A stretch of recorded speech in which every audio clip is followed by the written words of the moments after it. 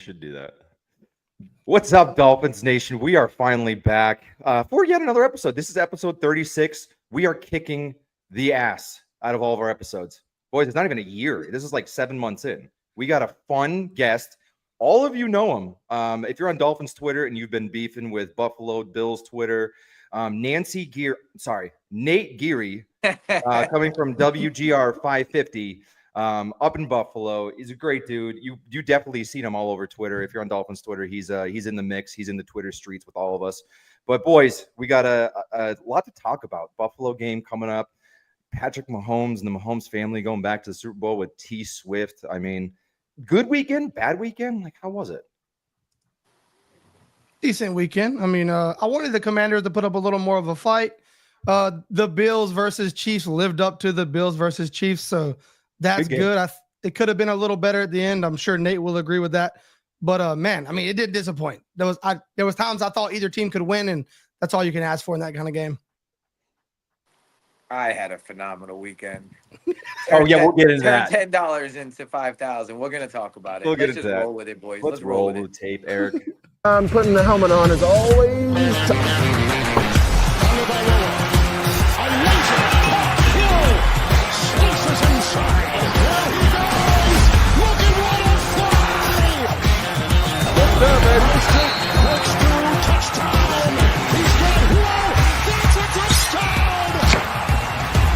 The opportunity is right now. Terrific defensive play. Intercepted. Off the back. Two on the move. Going deep. Speedways. He's got Hill. He's got Hill. The Dolphins have recaptured the lead.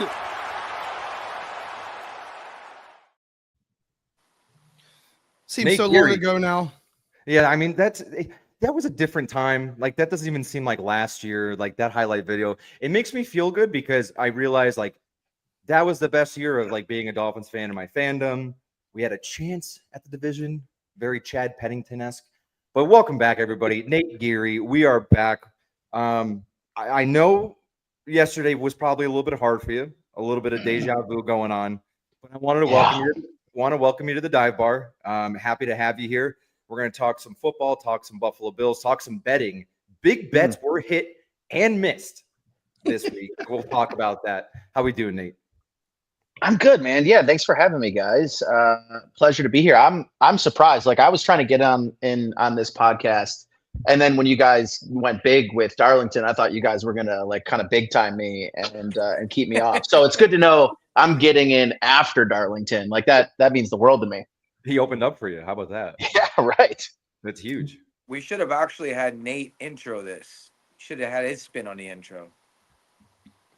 I actually, it's funny because in my head I was kind of rolling through. I'm like, man, did they use all of Tyreek Hill's highlights this year in that thing? Hey, listen, when you got to live in 23, you live in 23, brother. Half of those, right. half of those were actually AI, so half of it didn't even happen. Oh, Dude, so let's just get into it, right? Sure. Initial, like, I obviously it's got to have, like, you've gotten to the point now where you got to get a little bit numb to it, man. Just, Yeah. how was your day yesterday? Like, kind of just take us through your entire day, like, because, I mean, I don't know how it feels to be in an AFC Championship game, so I can't relate. You know what I'm saying? Like, just give us, like, the whole vibe of the day for you. Well, it's funny because this is the second AFC Championship game since Josh Allen's been the quarterback and McDermott's been the head coach. And first one is hard to remember because 2020 is just kind of a blur for everybody. I don't really remember a lot about that year. It just as all congealed into one weird season. But that was like the first real Josh Allen year where he's an MVP level candidate and just, a phenomenal player. And this time around, especially after hitting their head the last couple of years, last year against the Chiefs and then the year before against the Bengals in the division round, and it kept feeling like, don't tell me the division round's the ceiling, right? And then beating the Ravens the way that they did, I mean, all week, I mean, really, probably since week 17, when everybody kind of knew what the seedings were going to be. Nobody thought the Pittsburgh Steelers were going to beat the Ravens at either in the playoffs or in week 18. So like that matchup was inevitable with the Ravens, and beating them the way we did with how everybody talking about Derrick Henry, bad matchup, Lamar's the MVP, blah, blah, blah, right? That felt like the game the Bills had no chance in. I did not think they were going to win. So them winning probably gave me a little too much confidence. But at the same time, I kind of always felt that every Bills Chiefs game goes the same way.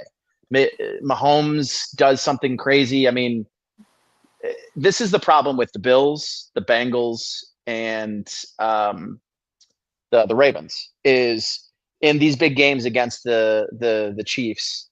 All year, the Bills have been doing one thing, and they get in that game, and now all of a sudden, Allen's sort of reverting back to that gunslinger. I'm going to try to make a throw 55 yards down the field in triple coverage. And he hadn't done that all year. Like, just absolutely removed that part from his game. And, just and the missed 2-point conversions were killer. Yeah, it just was – it was a cautiously optimistic lead-in, a fuck, this is over. At 21-10, it's like, pack it up, boys. Like, I can't believe they're going to get blown out in this game. To 22-21, you're like, what? And on top of 22-21, you get 2 straight stops to start the second half. And you got 4th and 1. And, that really, to me, changed like the whole tide of the game. And it sucks that it was a referee and it was a call that, like, my whole thing with this too is just, what's the point of having video replay if we're not going to get the obvious ones right? So yeah, it's kind of a bit of a roller coaster. Lot of them, and as you guys know, one of the toughest parts about talking about a failure of a season, regardless of when it fails, is the Bills feel really close. There are a couple of plays I thought that they should have won the game. Placed, right? And at the end of the year, it's like nobody can agree on what went wrong and what has to change. Like, I got 5 callers talking about McDermott, another talking about Bobby Babich, and now Joe Brady sucks, and well, their first round picks aren't performing. So it's just like nobody can agree. And obviously no one's ever going to put an ounce of blame on Josh Allen. He's the golden boy. He had a little bit of blame from that game, but it sucked. It was fun. The little bit of hope that you get, yanked, a little bit of hope yanked, little bit more hope right at the end and then yanked again. So yeah, it's just, business as usual, boys. So it's like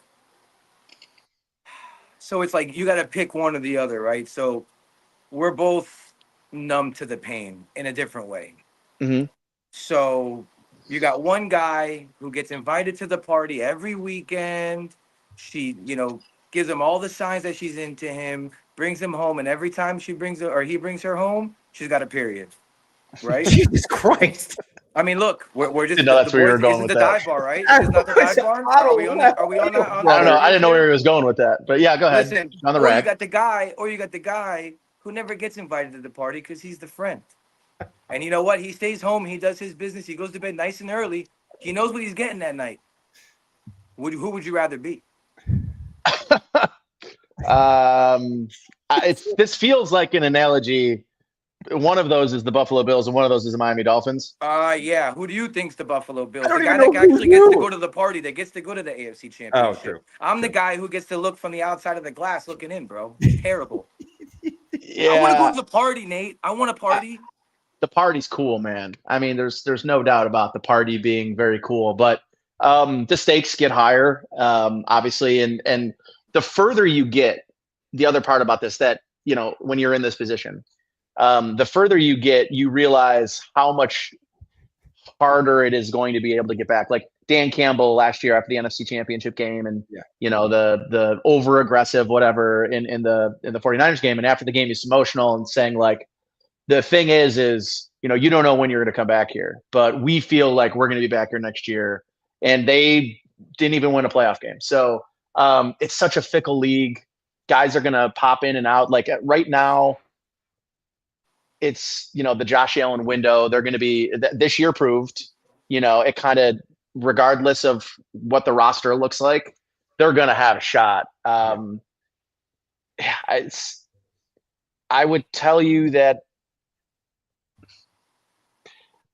it hurts more now, but yeah, the party's cool. It's like you gotta you might die on the roller coaster, but it's pretty fun. But right before you die, unfortunately, that's the best The analogy. chat is so confused by my analogy.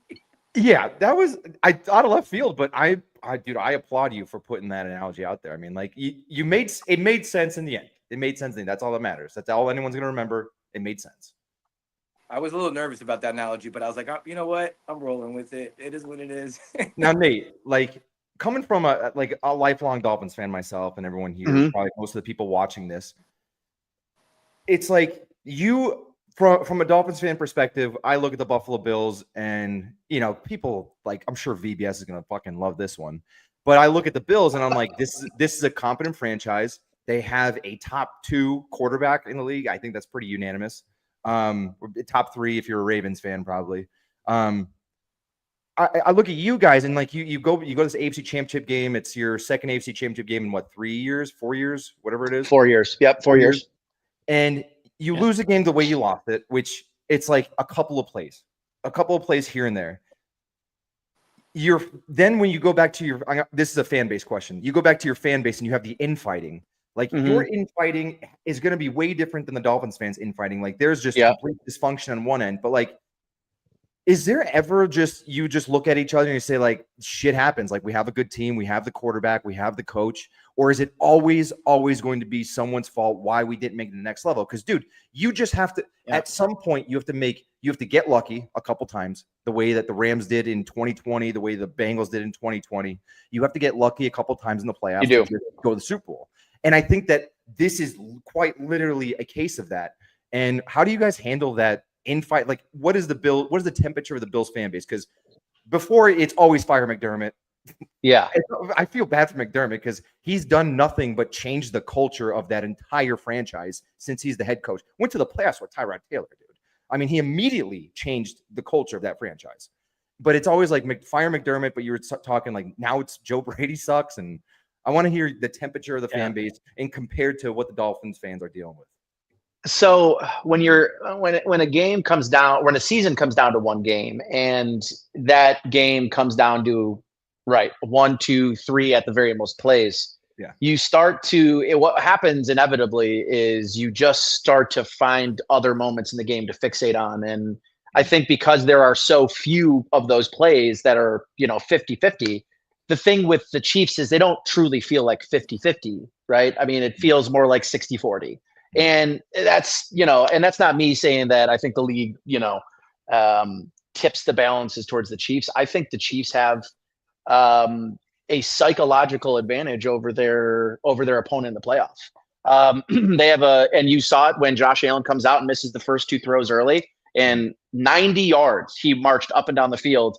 And, the Bills game plan, they thought that the Chiefs were going to sit back in the pocket and try to drop back and throw down the field. And instead they basically just RPO'd him to death. And the Bills had absolutely no answer for it. Right. And so the McDermott conversations always, it's like an annual thing whenever the season ends. But, I would say, and I said this yesterday, it's like, I get it. If you're ready to move on from McDermott, you think he's going to keep hitting his head and he's never going to win. There are a couple of plays. Listen, I really like the Bills' chances a lot. If the Bills beat the Chiefs and they go to the Super Bowl and they're playing the Eagles in 2 weeks, I like the Bills' chances a lot in that game. So it's just so it's funny because you're mentioning the infighting and trying to find something to blame, because that finding something, someone, a play that you can really, everybody agrees is like the thing. It just helps you cope. And it gives you that closure a little bit. And I think right now, still really fresh. Kincaid's been like kind of a ticking time bomb conversation that now we're all sort of actually forced to have. And, Greg Rousseau's been kind of like on the brink of being really good. And I mean, he had the worst game of his career yesterday.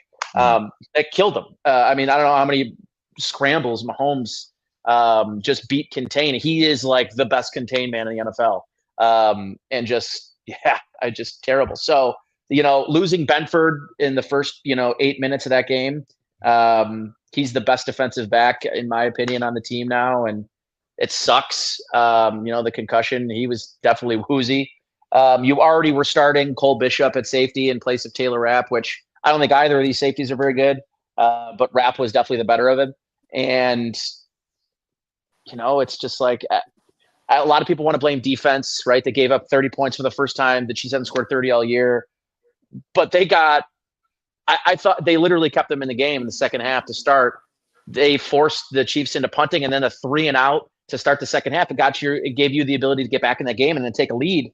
And then, they're going down the field, 1st and goal, and Jordan Phillips gets a sack on 1st and goal, and now it's 2nd and goal from the 15. Totally changed that. They're now forced to kick the field goal, and your offense has 2 timeouts in 3 minutes. And like Sean McDermott said after the game, man, I felt good. I mean, I got my quarterback with the ball, 3 minutes, 2 timeouts, and a touchdown wins this game. Give me that every single time. I would say give me that every single time. So, we can all fight about, them not being good enough and they get grossly outcoached. They didn't. I think that a couple of plays where I think the Chiefs are able to break through a threshold of coaching and scheme, elevating in specific moments in crunch time in games, that's where they get outcoached. But to say like from start to finish, Andy Reid just did some kind of, twirls around Sean McDermott and embarrassed him. It's the narrative, right? I mean, now it's 4 straight, can't beat them, but I don't know. I think they're going to keep trying to go after it. Maybe there's a big swing this year. They finally got some cap space this year and next year. Nothing dramatic is going to change, but I think, there's going to be some hard conversations around Kyle Elam. I mean, just not playable, 1st-round pick. But how about this, right? They draft Kyle Elam in the 1st round and draft Christian Benford in the 6th round in that draft. So, you'd be pissed about that, but you've been getting 6th-round value for 4 years for a top 7 corner in the NFL. So, long story short, I don't think we'll probably all agree. The good news is I still think you have Josh Allen in the prime of his career. With that, I just think this year proved the windows is open as he's going to, prop it. Bobby, you're on mute. I got it, bud, right? You brought up Kincaid a little bit there. Talk us through that last play. A lot happened there. The easy thing is the yell at Kincaid, but talk us through that last play as you're watching it and kind of looking back at it now, 24 hours later. Poor Ben Solak just got absolutely bodied on Twitter about this today, which, he armchair quarterbacked it a little bit, but, I think the outrage on it is just, we're bored and everyone's pissed the Chiefs are in the Super Bowl. But, it's the funny thing, the Kincaid situation specifically, Bobby, and hold on. Nate, what is the Kincaid situation? Like me being oblivious. I thought he's good. Is he not good now? So, I mean, when he was sold as the second coming of Travis Kelce, yes. The problem is the reason that the pick never made sense was they had just gave Dawson Knox $18 million a year, big contract, like a lot of money. But he was sold as he's not really a tight end. He's a weapon. He's a mismatch. He's a weapon, and he's who he is. He's fucking Mike Gesicki. Without the length, to be quite honest. He's not Mike Gesicki, dude. He might not even be Mike Gesicki right now. Mike Gesicki's a better downfield threat. That's been the thing, though, is he came in as the guy with the best hands in that draft. And the Bills missed out on Zay Flowers. I think the Bills really wanted Zay Flowers. Mm-hmm. And they got the run on those wide receivers, and they knew that the Dallas Cowboys were going to take Dalton Kincaid if they didn't move in front of him. So you trade a 1st-round pick for a tight end in the same offseason you just gave your other tight end an extension. So to me, the story, if the Bills had won, would have been, oh my God, the Bills are going to the Super Bowl. The Bills are going to the Super Bowl. The second that wore off and we started talking, what it would have got to is your 1st-round tight end played like 24% of the snaps in that game. Had a big drop before the big drop and had a big drop last week on 2nd down and to start the second half against the Ravens that could have helped them get their drive going. And then it'll go 3-and-out to start the second half against the Ravens and get them back in that football game. So it's been all season, whether it's him and Allen just have not been on the same page. He tears his PCL, which apparently is what happened. He'd been playing on a torn PCL, which I find hard to believe you're playing on a torn PCL. I'm sure he's got a PCL injury, but I would say if he's got a torn PCL, he probably isn't playing. He injures his knee reaching out for a deep ball where he was wide open and would have walked into the end zone, goes off of his hands. He falls on his knee, hurts his knee, and misses the next 5 weeks. And it's like perfectly encapsulates the season Kincaid has had, where it's just this, a fraction off. The timing's not there. It's been just, as a guy that's a first round pick, you need what Zay Flowers provides. You need to have, and this was my point all along, because I didn't love the pick at all when it was made. I said, if we are going to talk about him as a wide receiver, then we're going to compare him to his peers at the wide receiver position.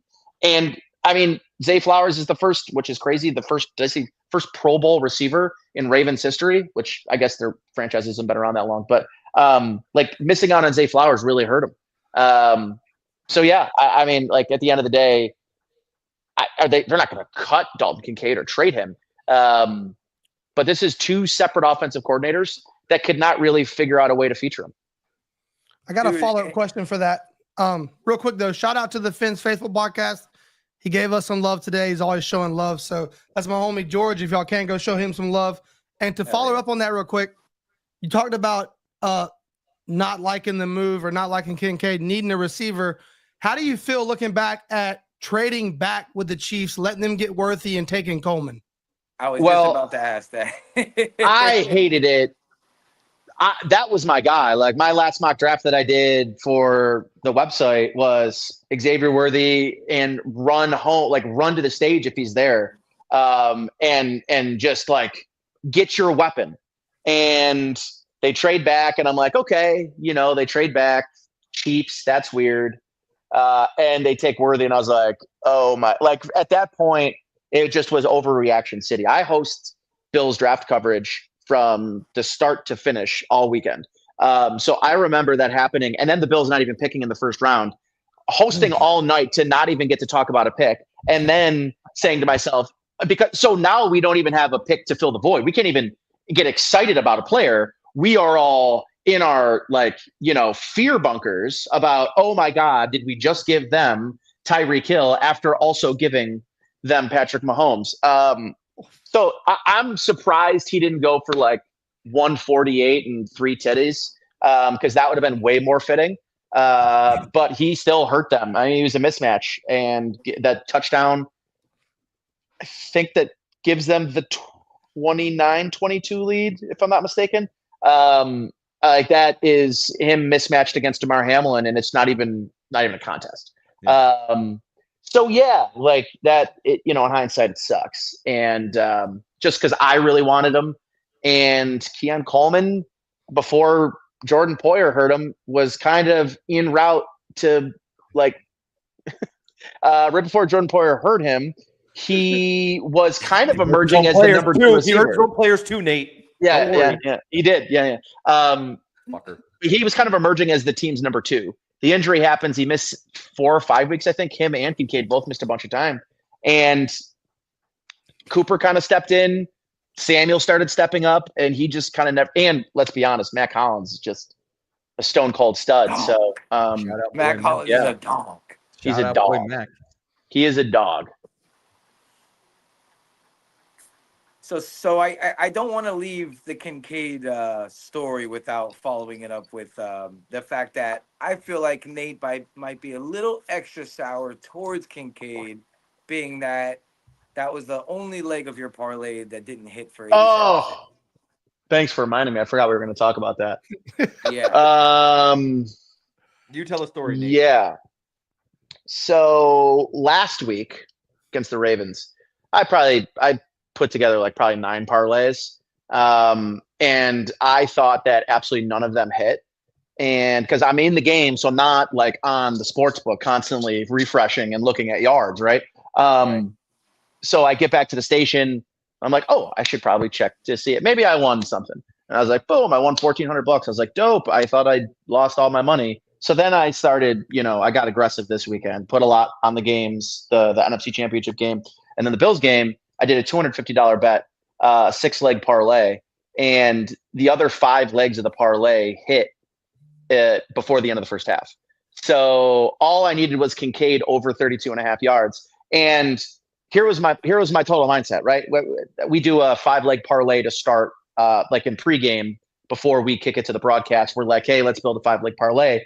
And I had Kincaid over 32.5. And my main reasoning was the Kansas City Chiefs were 32nd in the league in yards allowed to tight ends, passing yards allowed to tight ends, 32nd in yards per game given up, and 32nd in touchdowns giving up to tight ends. So I'm like, oh, these dogs are going to eat. And I'm like, and they're number 1 against running backs. So I'm like, they're not going to be able to throw to the running back. Kincaid and Knox all day. So I hammered Kincaid over 3.5 receiving yards in the first quarter. He hit that with his first catch in the first quarter. So hit the Worthy rushing over, which was over 3.5 in the first quarter, hit it. And then I had Cooper over 17.5 hit. Khalil Shakir over 5.5 yards in the first quarter hit. And then I'm sitting there like, man, I'm going to hit this parlay and I'm going to end up turning 250 into 8650 or something. I ended up being, alas. And the worst part is the drop ends up being the thing that not only cost the Bills, but also cost me a lot of money. So yeah. Oh, That's tough. That's a tough sleep. Honestly, meanwhile, that Pat Mahomes bootleg run into the end zone got your boy 5,300. Dude's still running free too. Good for you. That's cold. Cheers to you, pal. It was a fun, so it's like the reason why I do all those fun little bets during the playoffs because we're never in them. So sure, I need some juice, man. And honestly, for Dolphin fans, watching the Chiefs and the Bills play, there's no really team to really root for, right? No. Right? People could say, I cannot believe Dolphins fans are rooting for the Bills, but who the fuck wants to root for the Chiefs? Yeah, it's a Nobody double-edged sword. So instead, I resort to gambling. Well, I don't know if you guys know this about me. So one of my best friends, I was the best man in his wedding, is a diehard Dolphins fan. And he's in all of our Bills group chats and everyone just, hammers him because he is a OG to a faithful. He's hardcore to a faithful. And then my 2 college roommates, actually 3 college roommates that I went to college with, all Dolphins fans from Rochester. Then my center in college, he was also a Dolphins fan. And I have a couple other people in my life that are also Dolphins fans. So I have a lot of family of friends at VBS. You were in VBS's wedding? It might be VBS. No. That I should be in VBS's wedding though. It's so funny because he's so disarming and charming when we get into DMs and we're talking. He's so disarming. He'll have just said your quarterback's is worse than AIDS. And then he'll be like, hey man, I hope you're well. How's things? Is everything in life okay? Everything in the personal life good? Yeah, man, everything's good. And then, he's out there just absolutely besmirching the character of grown men making millions of dollars more than him. You have no idea how happy that made goes. The crazy thing is about Twitter, though, is we're all guilty of it here. Timeline Bobby or timeline Joe or Ghost is well different than right now having a discussion or if we were talking or when we're getting ready to get you on the podcast, it's different. We're all kind of guilty of saying wild shit. Every year I'm we're going to kick the shit out of the Bills, but we see how that goes. And I can look at it. Man, what are you going to do? You're going to go into a game saying your team's going to lose? Exactly. I'll say everyone on this screen, I've interacted with all of you on Twitter, have been friends on Twitter for at least 2 years. So yeah, nothing but love on my end, So I feel a lot of fans on Twitter, I don't know sometimes if they don't understand Twitter or X, whatever the hell they call it now. I feel people don't understand this shit talking is not personal. It's sports. It's part of the game. Honestly, it is. As fans, what else are you gonna do other than shit talk? Stand on business. You have no other power. Dude, look at it. Look at his picture. It's Fat Blizzy. Pull it back up, Eric. Oh, that's really good. Yeah, Dustman is, dude. He's a riot, man. Like, yeah, that's another dude on Twitter, Blizzy. You probably see him on Twitter. He made him into a Fat Blizzy. That's hysterical, dude. Dustman has the jokes, man. That's crazy. Yeah, boys. What's funny is like there's a couple like I used to get after Dolphins fans when I was on my anti-Tua thing for a while, but I was really convinced that that Tua was going to flame out and that I was going to be proven right. But he's probably like the sixth best quarterback in the AFC. So you're like you could get like the Dolphins and the Jets. Jets will never get lucky. Poor Aaron Glenn, man. Like I like Aaron Glenn a lot. Well, just going to put his career right in the shitter. It's all right. He'll be the Detroit, defensive coordinator in 3 years. So it'll be fine. I'll go back to where it all began. But like every year, like Bills fans, myself, like we're confident that we'll beat the Dolphins, but it's just like all it's going to take is that one to stop it. And then, who knows? And like, I've just been like, I thought for sure last year, end of the last game of the year, like you guys were going to take it. And then, you know how last year ended. It's just, and to have the division locked up by like Thanksgiving was wild. That was insane. Dude. Wild. Like nobody, dude, ever. Like I'll tell you right now, straight up, I was like, Bills get to 10 wins. I feel like McDermott coached his ass off. It's like this team is not like good. Like they don't have talent. There's like they're moving. I was like, Connor McGovern's never played center in the NFL. They're moving him to center and putting our swing tackle in a guard. And they're like, oh, just kidding. We're the best offensive line in football. And like, oh man, it was like this defense lost everybody. Trey White, Poyer, Hyde, all gone. Oh yeah, and then they lose Milano halfway. Didn't even start the season, right? He didn't come back till December. We were so happy when Milano went out because like, such a thorn in our side, bro. Dude, he has a couple of fan bases number, but man, he's really got the Dolphins. He's got the Dolphins. Yeah. Honestly, so listen, the whole Milano thing, it's not Dolphins fans, dude. It's not so much Dolphins fans. It's the on your knees for Tua fans of the Dolphins fans. Yeah, they're just so obsessed about that push like 4 years ago or 3 years ago. They're obsessed with the push when he just pushed. He just put his hands on him. And I mean, obviously Tua is going to ragdoll 40 yards downfield after you touch him like that. So also could that dude just like not try to seek, like he's like a heat-seeking missile that absolutely like he looks for contact more than Josh Allen does. I think he's trying to prove something. Like, Yeah. I really do. I honestly, but this is my theory on Tua doing all the shit that he's been doing lately. I truly think that like it's gotten to his head. Like fans that saying like calling him soft, can't play, can't stay healthy, skinny Tua, tiny, short, like body dysmorphia. All these things. And like, I fucking truly believe that is in his head. And he's trying to prove that like, he's a man among men in the league. And it's just like, dude, know what you can do well,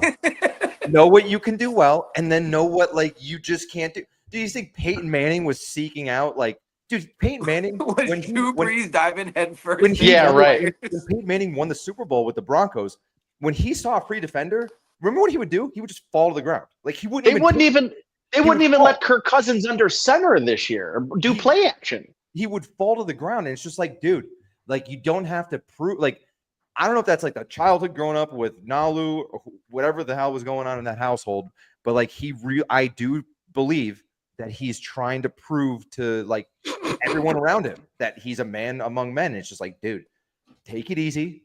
This guy has been a linebacker for the last 20 years of his life. He's 6'4", 260 pounds. He's looking to be on ESPN. And he runs a 4.4. Velocity times speed. Okay? Velocity times speed. Is that an equation? Just to bring this up real quick, how funny it is talking about Peyton Manning. I remember one time he did that naked bootleg and took off from like 30 yards out. And dude, it would have been the best play of his career. And to prove your point, he slid at the 2-yard line instead of getting tackled into the end zone. That's just who he is. He wasn't doing it. He was not taking a hit. Business decisions. Yeah. Yeah, dude, you just got paid. Like, you're the franchise quarterback. Clearly, like you have a role on the team. My bro, he literally came out and said he's got to protect himself for his team, and he just let everybody down. And then, bro, just like next, like 4 plays into the game is like, nah, head first. Yeah, I better dive over 2 guys for this first down in the first quarter. It's like a Spanish bull. Once he sees red, it's like it's over. You're not stopping it. Right. And you did see like healthy Tua last year. Like, he played 17 games. And, like, he obviously had a great season. He led the league in passing yards. We were very close to a division title, closer than we've been since Chad. Insanely close. I thought you guys had it wrapped. And it's just like these things are just, I don't know. We're on year 6 and we're still looking for a playoff win. And it's just like, it hurts. It sucks. I can't believe you guys are running it back with McDaniel. I thought, I was like, man, you have I was to, like, Nate. You have to. They had the Aaron Rodgers from last year. It's the same thing with like Robert Saleh. Like, he got a free pass because Aaron Rodgers got hurt week 1. And I really do think that McDaniel and Greer, I swear to God, if they don't win a playoff game next year and they're still there, then Greer has Epstein photos of Ross. Yeah, there's pedophilia photography. There's something good. If they don't win a playoff game next year, I don't care if fucking Tua goes down the first play of week 1. If they don't win a playoff game and they still don't get fired, there's a conspiracy. Well, we're all in agreement. Who's going to be like, who's your backup quarterback next year? Because it's got to be someone like, it's got to be like the 34th best quarterback in the league. That's what I say on Twitter. I'm like, they need a top 33 backup. Yes. Top 33 backup. There's 32 teams in the league. And dude, I mean, for the first time, I offer you guys a slightly used Mitch Trubisky. Maybe. Sucks. For the first time in he 5 years. For the first I see your Mitch Trubisky and I raise you a Tim Boyle. Oh, God. Greer addressed 2 things that, like, the fan base has been just screaming. Address the backup quarterback and build an offensive line. He finally goes in year 6, literally 2025, after this build.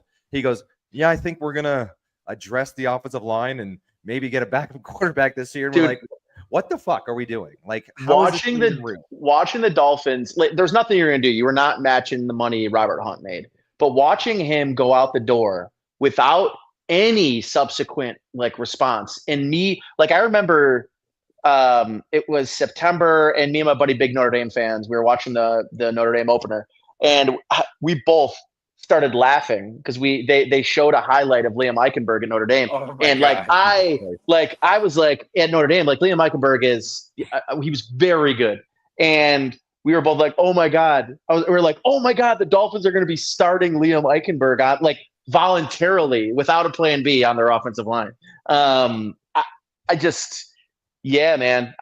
And like the whole idea that, like, well, Tua throws the ball faster than anybody in the league works until you tell everybody that's what you do. Not that nobody didn't know that's what the Dolphins do, but then you just take away his first read and then your offensive line just gets blown off the ball. I'm surprised at how effective the run game was with how bad the offensive line was. I mean, maybe that's just a testament to A-Chain. But it went away when it counted. That's always what happens. And he didn't run it enough. Like, the Bills finally started running the ball enough, and then they didn't run it at all in the first half, and they went down 21-10. James Cook is such a dog. He's a dog. He's so good. God, I wanted him so bad. Good. And he wanted to be a Dolphin, which is fucked up. Yeah, I mean, he's a South Beach guy, isn't he? Yeah. Or no, he's South Florida guy. Yeah, he's South Florida. Yeah. He's a dog. Tough, man. It's tough watching all these South Florida guys just ball throughout the league, man. And I mean, listen, I'm a New York Section 6 high school player. Nice. All we do is watch you South Florida guys, play for the college teams we want to play for while we play for Division 3. Hey, nothing wrong with No Division offense. 3. No offense to Division 3. Yeah. Well, I mean, I play Division 3. I mean, look at me. I'm barely an athlete. He drinks a good whiskey. Back to Liam Eichenberg. I brought the good shit out. You brought up a good point with Liam Eichenberg. Nice, Wellers. Antique 107, baby. Oh, Jesus. Yeah, I need some whiskey after watching Liam. But Greer just runs draft picks into the ground. But then he'll let his curated talent walk. Like, he's just very obsessive about bringing in veterans that he thinks can replace in the aggregate. Like, he'll bring in 2 veterans to replace, like, Andrew Van Ginkel. He's like, oh, I get the same production from Shaq Barrett and Bradley. To me, I don't disagree with Joe when he said they had no choice but to bring back McDaniel, because I do agree he is tied to Tua. What you don't want to be, unless you could have convinced Ben Johnson, that would be the only thing that I would say, that if the Dolphins probably could have made a pretty good case for themselves to Ben Johnson. He would have to buy into Tua. I mean, that part's there, but bringing Greer back is just a wild move. I mean, there are so many good, to me, like, it's not just about the Chubb trade, which is the Chubb trade and an immediate extension without playing it down for you. Wild. And then add in the fact that, Robert Hunt goes out the door. They don't replace him. Like, to me, what was it? Cam Smith, 5 picks before Osiris Torrance, who is the Bills' interior offensive lineman that has played every single snap since getting drafted, and is basically a guy that has just zeros in his stat sheets. Like, doesn't give up sacks, doesn't take penalties, doesn't, he's not a top 5 guard, but he's just the guy that, like, you don't even have to think about, which is like, it's a big football guy. Luxury. And taking Cam Smith instead of him, it's just like, to me, there are so many. Listen, I would feel like I'm probably in the top 10% of Dolphins ball knowers, because I'm a division rival. I need to be well equipped when I talk shit to you guys on Twitter, because you guys bring a lot of receipts and facts. I gotta have preparation ready to talk shit with you guys. So it's just wild though. I thought, at least getting rid of Greer, bringing someone in with a new eye, because the other thing you just don't want, and I'm not a huge hockey fan, but I love the Sabres here in Buffalo. Like, sometimes letting the lame duck GM make decisions when he knows he's, like, fighting for his job. This is where, this offseason you might get a desperate move. Is he going to trade? And here's the thing too. Are you going to let him? First of all, I wouldn't have even let him extend Tua. I would have had a different GM come in and be the one to extend Tua. But I also, like, that's the guy you want to potentially decide the fate of Tyreek Hill. I don't know. Like, I guess I'm talking from a place of, I think Brandon Beane's one of the best executives in the league. He's got 3 guys under him. One was a GM for a year, and then the Deshaun Watson stuff played out in Houston with Brian Gaine. The other one, Joe Shane, is a GM for the Giants right now. Dan Morgan is the GM for Carolina. Terrence Gray sitting there. We still have Brian Gaine back. We got all these unbelievable executives sitting right here in Buffalo in your division. I was like, man, they're bringing Greer back. Thank God, because Terrence Gray would have walked in there and stood on business and did some serious roster makeover in Miami. But, like, you guys, it's tough because you're paying wide receivers a whole bunch of money. You got so much percentage of your cap tied up in 3 players on offense, and they're at premium positions. But you also, with a quarterback like Tua, you have to have an offensive line like Josh Allen's. Like, you have to have that fortified anchor, can lean back, and if Tua's got to hold the ball for 4 seconds, he can without dying. Because that just makes you guys, like, how the Dolphins offense goes to the next level is you take it past a scripted offense. And off schedule doesn't mean Tua's got to, hurdle over guys, get to the sideline and throw off his back foot. Off schedule could mean 4 seconds, 5 seconds in the pocket when you've got mismatches with Waddle and Tyreek Hill getting an extra second to break free. And, like, that to me ends up being the thing that I think the Dolphins, oddly not prioritizing offensive line and protection, knowing that the only way you can create off script is by extending plays, just seemed like just low-lying fruit. You know what I mean? Yeah, I think that's what's frustrating about the whole line thing is, like, even if Tua can overcome a lot of the issues with throwing quick, it doesn't really change anything for our big picture, because come January, we have to go into Buffalo or Kansas City and play those dudes. We're going to have to run the ball. It's like, yep, we're already set up for failure before the season even gets to the end. So it's like, and you're right, with a great O-line, you can line up and just play football. You don't have to have these crazy quick motions and all this stuff. Just line up and run the ball. But like, we don't have those options. At the same time, though, like, McDaniels is very good at creating the mismatch with his speed. He knows how to use his speed. The problem is everything he comes up with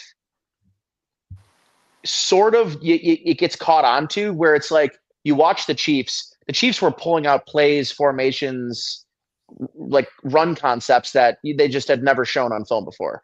Like, I don't know, to me, that just is the next level of Andy Reid as a coach and a play designer. But like, you know, the Bills ran the tush push 7 times. Like, there wasn't a lot of ingenuity in that. And I like Joe Brady a lot, but like, I will say that in terms of ingenuity, and I'll say this too, boys, is if Joe Brady had gotten a job and Mike McDaniel got fired in Miami, everybody was like, that needs to be your OC. So like, to say, I don't not think McDaniel is a good coach. I just think, I wonder if his ingenuity, but I also wonder how much his ingenuity is like got a governor on it because of Tua's limitations.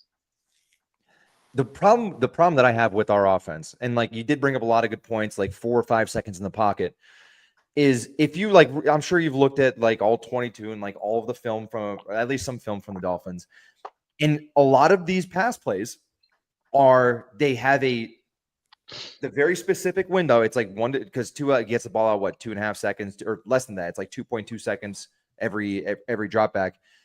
You have your read or whatever he's going to look off, whoever he needs to look off, and then you have that window, and then that window's closed like this. So you need to let go. Your Tua's letting go of the ball. Josh Tito, always showing love. Josh Tito's always sorry. I had to, dude. Every episode, this guy comes in and just gifts memberships. This guy is awesome. Just gifting memberships every single show. Shout out Josh Tito. Appreciate you, Josh. What I'm saying is, with McDaniel's offense, is you have a window. Okay, the offensive line sucks. You're taking the offensive line out of the equation. This guy's going to be open in 2 seconds. You got to get rid of the ball. That window closes, right? It's covered. Like you said, you take away that first read. But then, like, the play's over. So what the fuck is another 5 seconds going to do? Like, what? That's my problem with the offense, is that, like, that window's closed. And then you look at some of the receivers on the all-22 when Tua doesn't rip it to the first guy. They're all, like, they're like, some of them are literally standing. They're, like, not even running the route anymore. They're like, oh, the play was supposed to be thrown already. Like, it was supposed to be over. So what I'm seeing is, like, if he does get 5 seconds, like, there's no route combination that's there that is going to get open later or going to get open earlier. It's that window is right there, and then it closes. This window right here is open, then it closes, and then when it closes, again, like there's so many instances when you're watching film or watching all 22 or watching the end zone view, the receivers are just stopped, like hands on the hips, like watching, and then they realize like, oh shit, the play's still happening. The ball was supposed to be out by now, and so it's. Do you know what I'm trying to say? Like, what's just 5 seconds going to do for Tua if McDaniel isn't going to adjust an offense to like a traditional offense?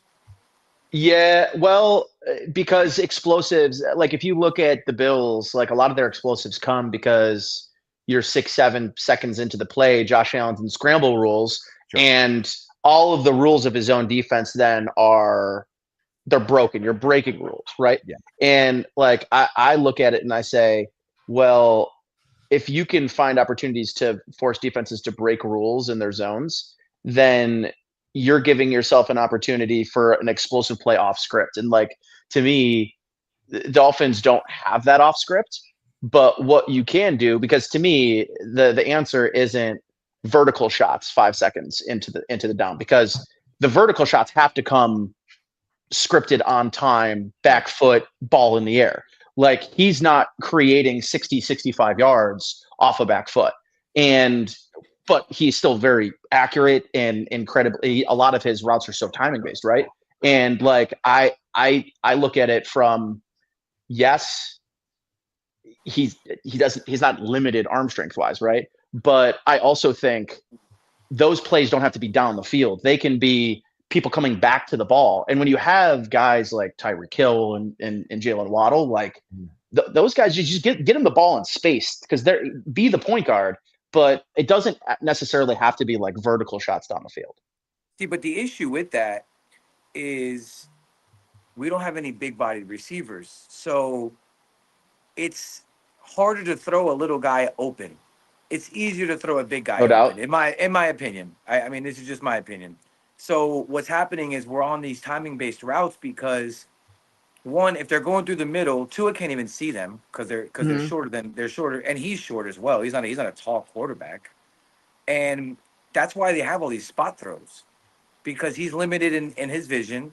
Also, receivers are limited in even if they're covered, they still can't get the ball because you look at like the throw to Matt Collins, like we don't have a receiver that could do that, and it's Matt Collins. It's not some crazy special receiver. Yeah, that ball's knocked down if that's a 5'9" receiver on that play because the ball was. I'm not being funny. I'm being dead serious. Like, no, I get what you're saying.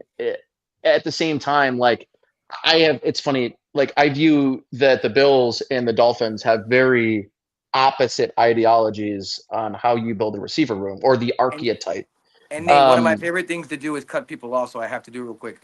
The top three teams right now: Bills, Chiefs, Eagles. You guys all have the same mentality. You guys all have the same culture, the same like. Why aren't teams copying what you guys are doing? That's the success right there. Well, I think the Bills have been trying to copy what the Chiefs have been doing. I think 100%. I think the Ravens. I think you start to look around the league and running the ball is coming back. There had been this big, long stretch where basically it was like if you can't throw for 350 yards a game, then why bother showing up on Sundays? And now because of the too high safety. The mismatch it's listen, it's zig and zag, right? When when the league was 3-4 dominant and you constantly had 4 linebackers on the field and no nickel, you were able to beat teams down the field vertically. That's why the Bruce Arians offense was so effective, and that sort of scheme forced defenses into the Fangio shell. And and here we are, and this is the offense's response. And I don't think there's a scheme better fit for evolution, whether it's pass heavy or run heavy, than the Shanahan system. The outside zone and being able to be a running team, or the quick passing game and being able to kind of run almost like a K gun, being able to press the lever on each of those based on the game plan, in theory, should be a very important advantage for the Dolphins, but they haven't committed to the run enough to make it an advantage. And I also think the biggest change for the Bills this year on offense, being able to run the football is one thing, but their mentality, their physicality up front, they physically dominated the Denver Broncos, like imposed their will on that defense, which was like as good of a defense all season. I mean, imposed their will. And then did the same thing to the Ravens. Like Kyle Van Noy had 12.5 sacks going into the year, was having basically an all-pro season. Best years. You barely heard his name. Like the domination up front by the Bills. So it wasn't just, hey, we've got a good running back. It's, hey, we've got a good running back. We've got a complementary scheme. And now we have changed our mentality to a finesse team. And this is the problem the Dolphins have. That's what the problem. The Bills had the same problem when Brian Daboll and Ken Dorsey were the offensive coordinator. Is when you become these super pass-heavy teams, you give defenses and defensive linemen opportunities to tee off on your offensive line. When you don't have the ability to keep defenders on their toes, like on their heels, and not always leaning forward, always ready to tee off in pass rush sets. When guys are flying upfield, you got to be able to run, kind of inside of them. And I think that's what the Bills did this year finally. And I think it's why they got back to the AFC Championship game. They didn't run enough in the first half. And I'm saying this knowing that the Bills have an unbelievable quarterback. I'm saying this knowing that right now the best of them, Patrick Mahomes, and Joe Burrow gets Chase Brown. Like that's going to be a problem, by the way, in the future. And you get, Henry with Lamar. These teams are now saying we can't just have a number one wide receiver that we got to pair with our quarterback. We have to pair that running back But again, I don't even think that Derrick Henry and Lamar Jackson are as effective if they don't have the second or third best offensive line in football. So upgrade the offensive line. We got to upgrade the offensive line, I think. And defensive line. And defensive line. Our defensive line, I think our defensive line. I can't believe you let Van Ginkel walk.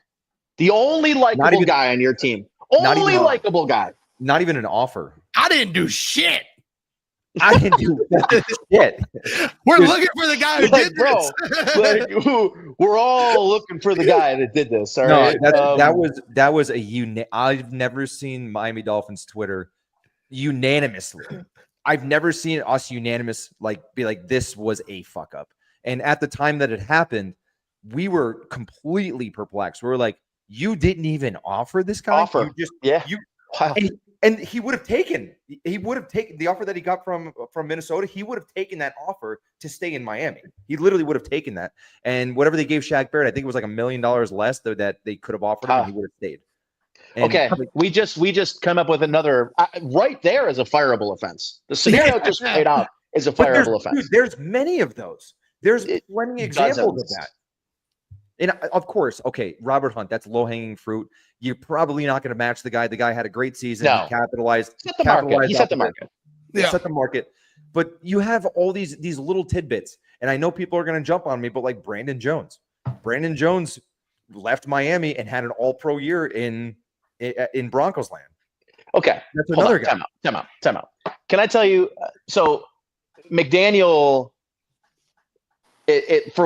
how good he is as a tactician, and we're going to see if this same thing rings true for Ben Johnson.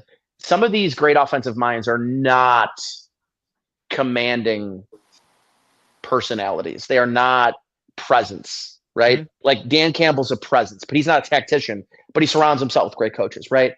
And y'all had the architect of the current day defense in place, and the defensive players went out of their way to throw that dude under the bus and talk about he's the problem. Sure. And, telling us who we aren't and all.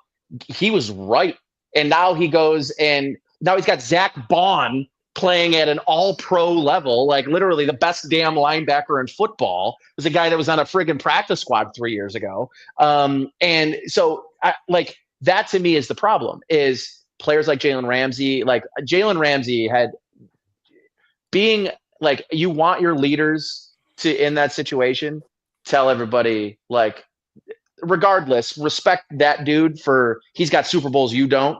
Well, Jalen Ramsey doesn't, guess, but I guess where I'm coming from is it was such a bad look at the time. And then when he gets the job in Philly, it's poetic that they're in back in the Super Bowl. And like, you kind of have the inmates running the asylum a little bit and all of the stuff at the last game of the year with Tyreek Hill. Like, I don't know. I guess the Bills haven't had quite the frustrating season like you guys had last year. I would say last year for the Bills being at 6-6, losing to the Denver Broncos at home, felt a little bit like we are entering the Twilight Zone. Like, I'm gonna go.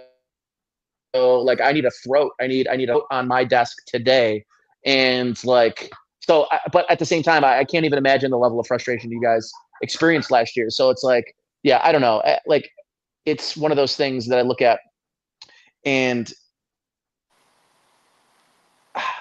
I don't know. You need a commanding voice in the locker room, but the last commanding voice, I think, didn't go over well in there, and that should be a concern, I think. There's it's kind of funny. You look at the surveys that the players fill out for their GMs and their facilities and their coaches and all that and their owners. And Miami Dolphins got A+ all the way down the board as like, this is a great place to play. This is a great place to work. This is an awesome workplace. And then you look at the Chiefs and they're like getting Fs on like their facilities and like their ownership and how well they're treated and shit. And it's like, they're going back to the Super Bowl. Miami's doesn't matter. Club. Like, there's a reason, again, like narratives don't just come out of nowhere. And when it's the same narrative for like that, now it's going to be year 6. I keep saying year 6, even though like it technically is, but like narratives just don't show up out of nowhere. And there truly is like that country club narrative. It's you ran a guy out of the building because he wanted dogs and he wasn't playing guys that he didn't think could play. You're not retaining the guys that are the dogs, like Andrew Van Ginkel, even Elliott as our safety, Brandon Jones. Then you bring in Jordan Poyer because like you're bargain hunting, in bins for like you're at Walmart trying to replace guys in the aggregate to try to save money so you can give like 4 extensions to all these skill players like over 30 years old. Like there's a country club feel to Miami Dolphins, and it's like 401k land. And the guy that is exempt from that list is, I'm not talking about Calais Campbell, 38 years old, played probably as a top 5 defensive tackle, defensive end, wherever he played this year. He's exempt from the list. So, but everyone else, it's like oh, I'm going to go to Miami. I'll play for a year. I'll get paid. And then like, that's what I want to do. This is my 401k plan. This is my retirement plan.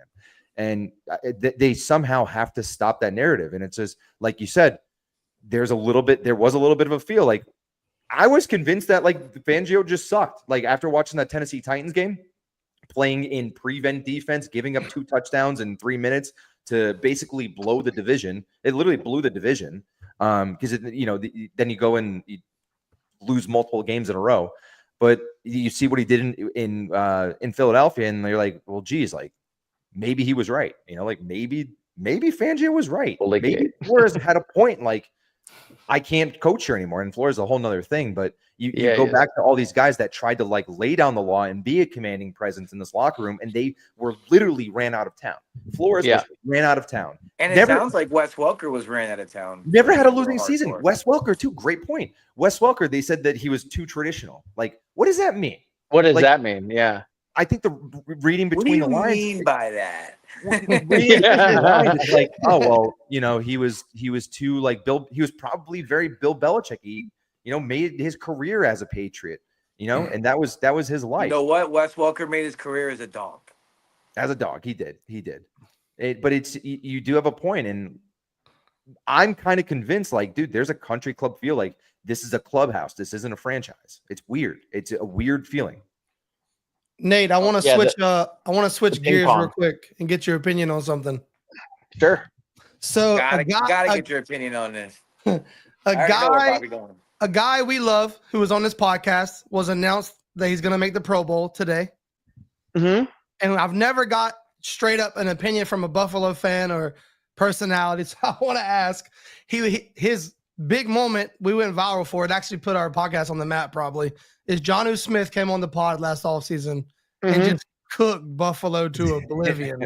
The place, the food, the people, the fans. What did y'all think when y'all seen that clip? What's funny is, well, first and foremost, I had no hate because I had him on my fantasy team. And that, that was nice. Let's hope he runs that back. But it's funny because when he left the Titans and went to, was it New England? Right? He went to New England. Okay. So he signs that contract in New England. In the same offseason, they signed Hunter Henry. Everyone in that offseason was like, that was post Charles Clay. It was, like, we want Jonnu Smith. Let's go get Jonnu Smith. He goes to New England, basically end of his career because they just didn't know how to use him and whatever. Yeah. And then, goes to Atlanta, rejuvenates his career, and then goes to you guys. And I sneaky think he's going to be a good fit because, like, he's got the speed. He kind of fits in with their style. Did not think he was about to pop off the way that he did. But, listen, I mean, he probably won't go on a podcast again and talk trash on Buffalo just because. I think he will quadruple down, honestly. I think that's great. Don't give the Bills any more motivation. Don't give the Bills any more motivation. Like, they should, the Dolphins players should be treating the Bills like the Bills treat the Kansas City Chiefs. Like, until you do it, and you do it, especially when it matters. Like, winning in week 2, don't let that be your Super Bowl next year. Like, I'm just saying, because that, you get caught up in that stuff real easy. This season, if anything, for me, proved you do not know who your team is in the first 8 games of the year. You really start finding out about your team in the last 8.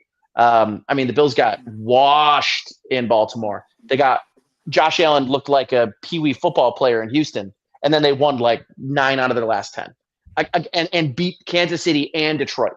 Like, And you guess what just don't Mahomes know who has your done? team is. Guess what Brady did? They all used to do the same shit, man. Every Yep. year, I'm like, oh, Brady's done. This is the year, guys.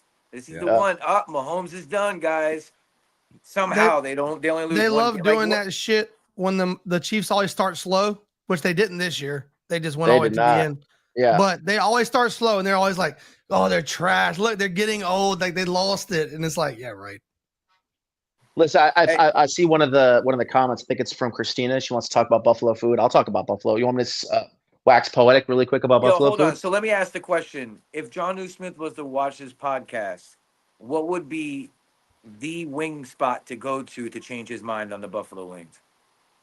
Well, so listen, you're talking to the right guy, because I took Alton Brown of the Food Network, previously of the Food Network, out on a Buffalo wing tour.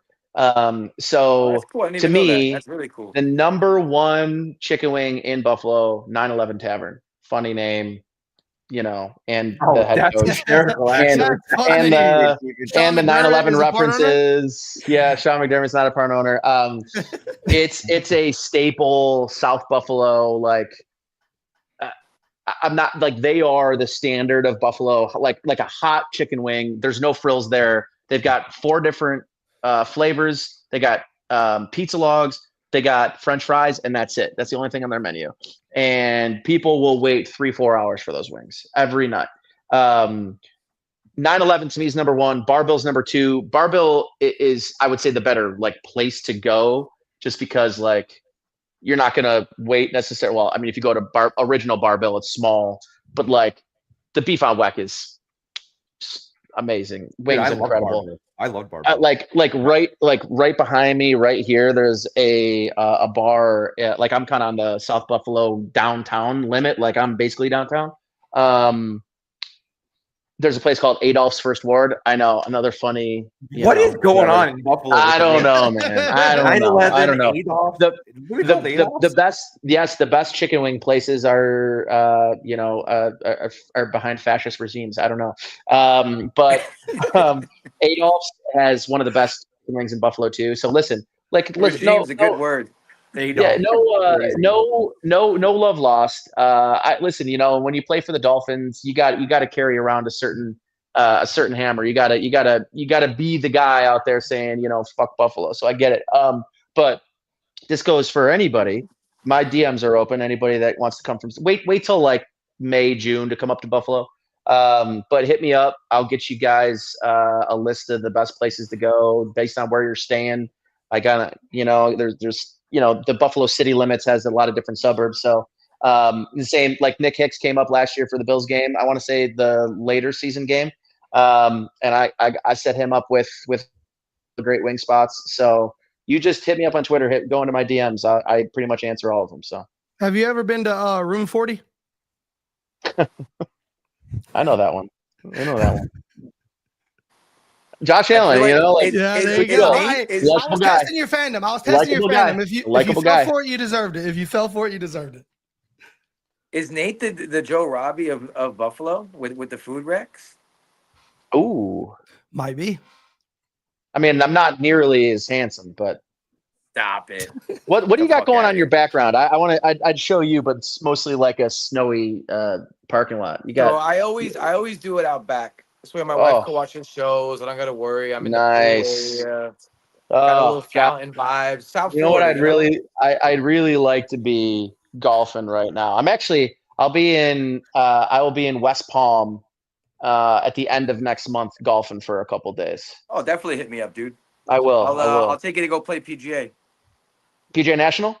Mm-hmm. That's where my buddy's a member at. So perfect. So a buddy of mine, he does Saturday morning games. So we'll set a Saturday morning game up with everybody. Easy.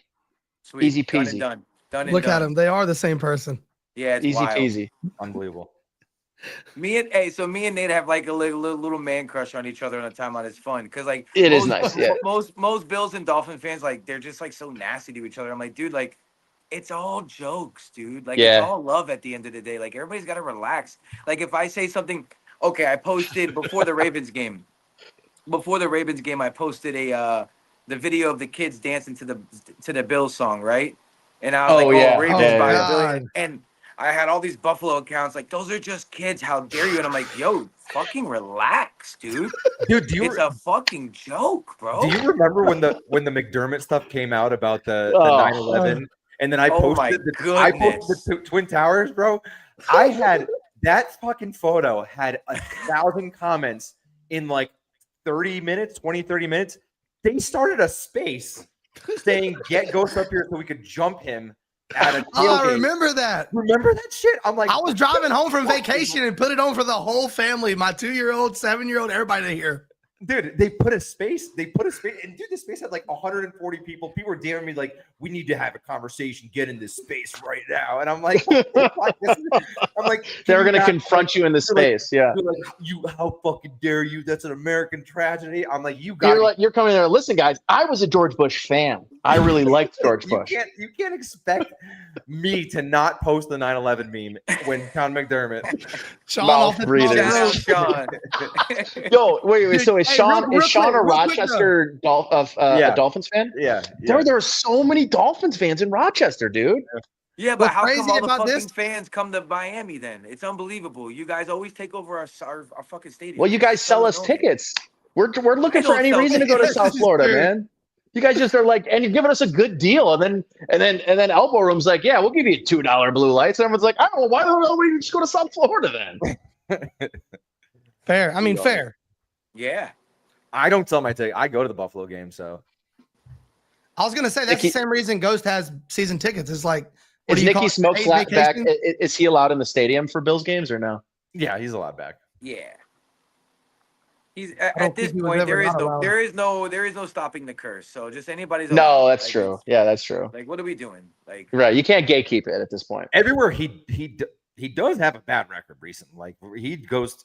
I'll never forget when he went to the. He came to Buffalo. He started going to the Panthers games, and they lost. That's when they lost like 4 in a row. Yes.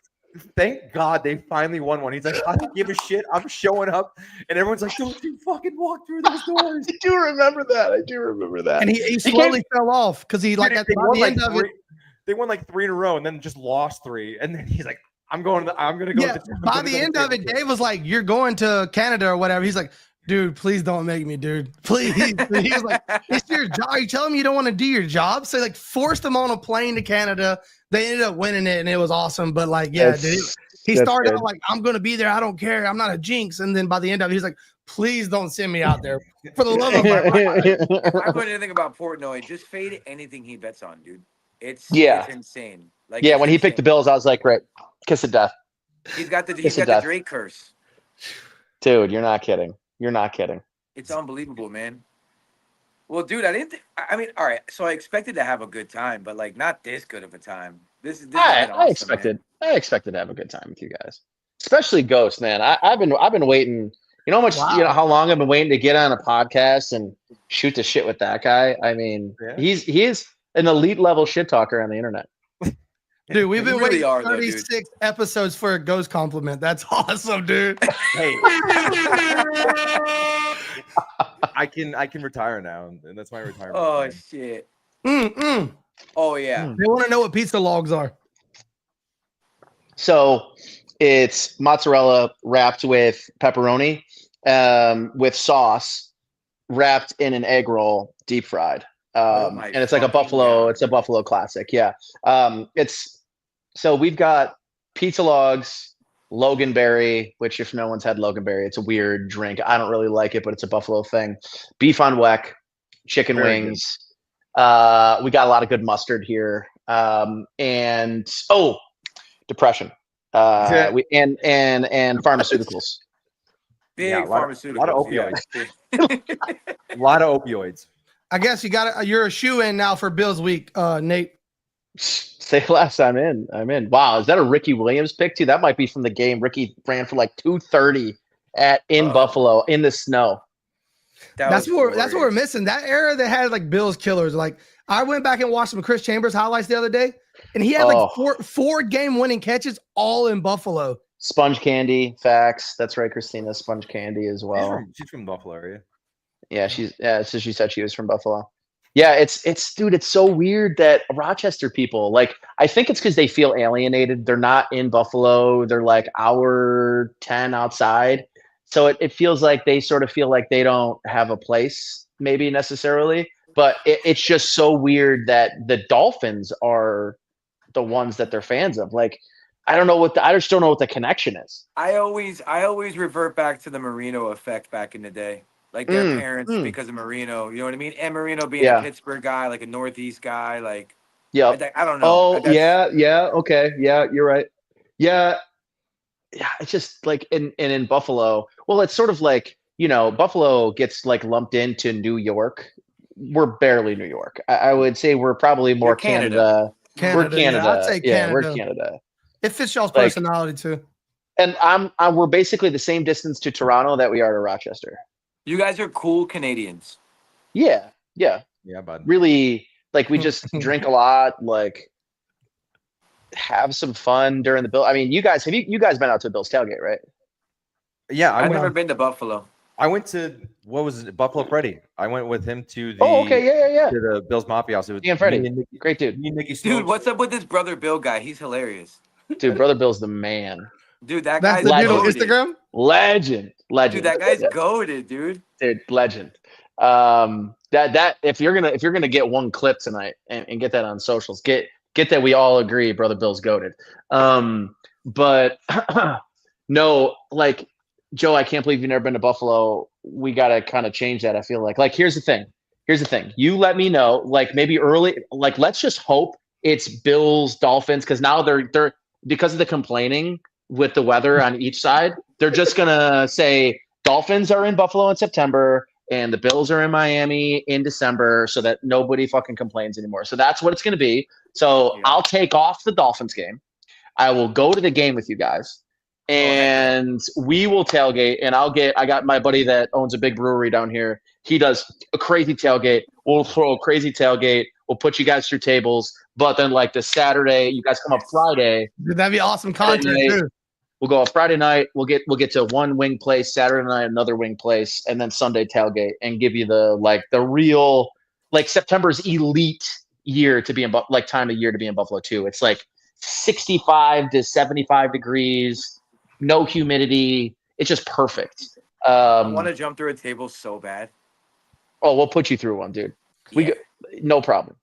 Yeah, we're gonna send it hard. We gotta, the dive bar takes on Buffalo. That'd be insane. That would be really cool, and you guys should do it. And like, we'll hit up. We'll do like a quick wing tour and drink a bunch of beer and or seltzers, because Joe, you ain't getting that body, Joe, drinking beer. So I know you're a seltzer beer, guy. Brother. Yeah, I fucking knew it. I looked at you. I was like, that guy ain't drinking beer. I'll tell you what, Bobby likes a couple beers. Yee. When I landed, also Buffalo, knew that about Bobby. Yeah, also knew that about Bobby. I probably won't leave, but honestly, I'm the type talk all this shit about Buffalo, come up there and never leave. You'll love it in September. When were you here? I was there for the last time I was there was the Dolphins playoff game up there with Skylar Thompson. Oh. That was actually a beautiful awesome weather game. Yeah. Well, it wasn't that awesome. I fucking love Barbill, dude. Barbill, like, that. Were you there with? Wait. I was there with Nicky Smokes. Yes, you were. So I didn't come up to you guys. I was there at the same time you guys were there. I was there with my buddy that's a Dolphins fan, and he was like, "Yo, that's goes to Nicky Smokes." I'm like, "Fuck those guys. I'm not going over there to say hi." Oh, you fucking big time me, huh? Okay. Yes, I did. Yeah, I did. Fucking big time me. That's cool. We got to make good on that though. So we'll. So now I know you've been to Barbill, but Joe hasn't been to Barbill. He probably got to get a little bit of Barbill in him. But if you guys come up September, get a little golf. Oh, drinking. Man, that sounds great, dude. Yes. All right, I'm in. So there's my sign up. I'm down. If work allows it, let's make it happen. Well, I already know Ghost will be here. I usually do go up. I just missed and chicken's protein, bro. So you're good. Like, chicken wings are protein. Yeah, I love the beef on Weck. Dude, I think I had 4 beef on Wex, like, right around. Dude, they're so good. There's just no reason there to be that good. After I ate all the wings, it was like the hot honey garlic. Honey butter barbecue. Maybe hot. That's definitely what you got. That's their thing. is a hot honey butter barbecue. I just want to roll myself up in some hot honey barbecue, hit the bong real quick, just lay in it. Yeah. Dude, it's funny, Nate. This is the most Sean's ever talked in here. I think this is the first time he's ever talked in here. He watches all the episodes and he talks to me afterwards, but like, dude, you got him fired up tonight. Did I get him going? This Rochester. I like that he called us mouth breathers, some knuckle draggers, And I bet you Sam is a Western New York or Sean. I mean, Sean's a Western New York transplant. I bet in South. He's in Rochester. So okay, so he's gonna follow this trend, right? He lives in Rochester, doesn't feel the love of Bills Mafia, so he calls us, mouth breathers. And then in 10 years, he'll be living in South Florida and, and talking and tweeting about how great Publix is. So we don't even want to hear it, Sean. We don't even want to hear it. Publix is way better than Wegmans. Oh, Wegmans. That was my first job. Goated. That was my first job. I pushed carts at I met Ryan Gosling at Wegmans. Hey, Chestnut Checkers, born and raised in Rochester, he said. Ooh. Born and raised. It happens. I don't have any. I listen. It's funny because all my roommates that were in college that I played football with in college were all Rochester kids and all Dolphins fans. That's funny. That's crazy. Full circle. I'm pretty sure some of them are probably listening to this now. Yeah, it's a thing. Yeah, it's a thing. Yeah. Well, boys, tonight was great, man. We're pushing an hour and a half right now. Yeah, Nate's I think I got like an hour, and we're like, all right, cool, yeah, an hour. Whatever. Listen, listen. If we know anything about greatness, which is we know very, very little about it, we would know that you can't confine greatness into some finite window, But again, us four don't really know a lot about it. There's not a lot of experience in greatness, so. I was competent enough to watch a division win with Chad Pennington, all because Matt Castle still won 11 games that year when Brady went down. We won because of a. That was that year, yes. Yep, that was that year. Matt Castle went 11-5. Was that the Wildcat year? Wildcat, baby, Wildcat. Yeah. But Matt Castle literally still went 11-5, and we got in on a technicality. All right, listen. This is how you end a podcast. I'm gonna show you guys. This is a little bit of professional tippage right here. Gun to your head. Prime. No injuries are out of it. Ronnie Brown or Cadillac Williams? Ronnie Brown. Yeah. He's got that lefty. He can throw. And he can throw. He can throw. He can throw. He can throw. Hey, the guy's a dual threat. Yeah. I thought Cadillac was the better running back coming out, but then we picked him number 2, and I was like, all right, this is the backup guy, but okay. But then Ronnie made a name for him, like he's Dolphins royalty, so like. Yeah, he's definitely Dolphins goated, no doubt. He comes down. It's too much of a sensitive subject for. He was at the tailgates, like I think the last game or 2 games when I was there. He was walking around the tailgate, hanging out. It was pretty cool. Drinking beer. I would say probably the Bills version of that is CJ Spiller, Fred Jackson. Oh, Fred Jackson. Fred Jackson. Give me the dude. Guys, there was that year where the Bills had Marshawn, Fred, and CJ Spiller all in the same backfield, and they went like 5-11. Yeah, dude. So I'm from North Carolina, so I went to all the Wake Forest football games. Oh yeah, and dude, seeing CJ Spiller at Clemson, I thought he was gonna be like CJ 2K, but he never really was. Yeah, let me tell you, never draft a player from Clemson. I can tell you that. Scouts honor Sammy Watkins, and then CJ Spiller, Sammy Watkins. I mean, EJ Manuel might as well have gone to Clemson. Loser. Yeah. Part 1 Clemson got worked out. Christian Wilkins. Wait, so are you guys FSU fans or are you fans? Well, I'm a U fan. Ghost is up in the Northeast, and Bobby's in Louisiana. You're a UNC fan, right, Bob? Yeah, basketball though. It's more of a basketball thing. You're an UNC fan? All right. Because I was actually supposed to go to the FSU Notre Dame game this year because they were playing the day after the Bills played Indianapolis in Indy, or the day before. So it was Saturday, South Bend against Florida State. Next day, Buffalo plays in Indy. It's like an hour and 20 minute, 30 minute drive. I just decided not to go because Florida State was just dog shit. So that was supposed to be the game of the year. But don't the Canes open up with Notre Dame? I think so. We should probably set something Yeah, up. they I'm do. pretty Yes, sure we they should. do. Yes, we. That Yes, is I'm pretty sure they do. Sunday Yeah. Night Football. Ask why Nate won't ask for Bean's head. He's the problem, not McDermott. Well, I was telling you earlier, Kyrie Elam, Christian Benford. Let's see what else. I'm trying to think of the other draft we had. Well, he goes, Rousseau and Boogie Basham, which was a terrible pick. But then that same draft, he also gets That's Khalil another Wake Shakir. Forest guy. 5th round pick, Khalil Shakir. Like they also got Dorian Williams, who's probably going to end up being the future at linebacker. But they got Christian Bedford in the 5th round, Terrell Bernard in the 3rd round, Dorian Williams in the 3rd round. They crushed the back end of the rounds. They've just been not good in the first 2 rounds, which is like got to change this year. But again, like this is the thing that's like so frustrating to me is no one's talking, no one's saying, Bean can't build a good team and all these first rounds are bad. All these first round picks are bad. Two plays go different. 3 plays go different. Bean's a genius. They $70 million in dead cap and they're in the Super Bowl. That's just that's the line in the NFL, man. I don't know who gets credit for Nature of the this. beast. One thing that pisses me off with the Bills is y'all just come up with linebackers like it don't where you. I don't care where you get them. Dude, first round pick, we just let him walk. We're just like, yeah, you're good, you're out. Tyrell Dotson, who came to the Dolphins this year and played pretty decent, was a dog for y'all when Milano went down the first time. Yeah, Milano, Dorian Williams, Terrell Bernard, Tremaine Edmonds. Yeah, I mean Bernard is, to me, he's the future at the position. He was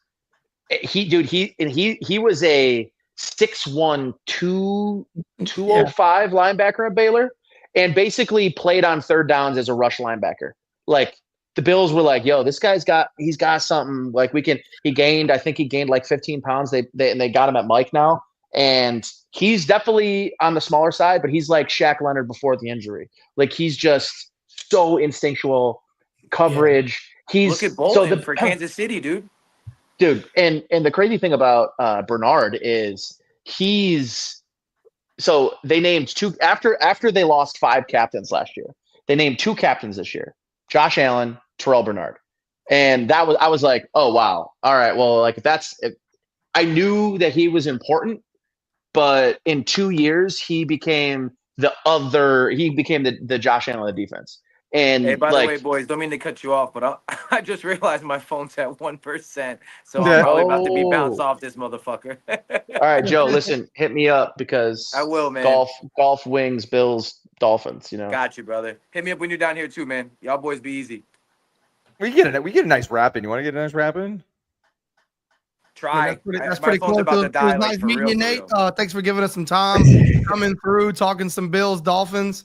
As everybody was saying, it went a lot smoother than some expected. But when we get off Twitter, we can actually have conversations and have beers. It was great until Sean. I'm just kidding, Sean. I appreciate you. Y'all boys be easy, man.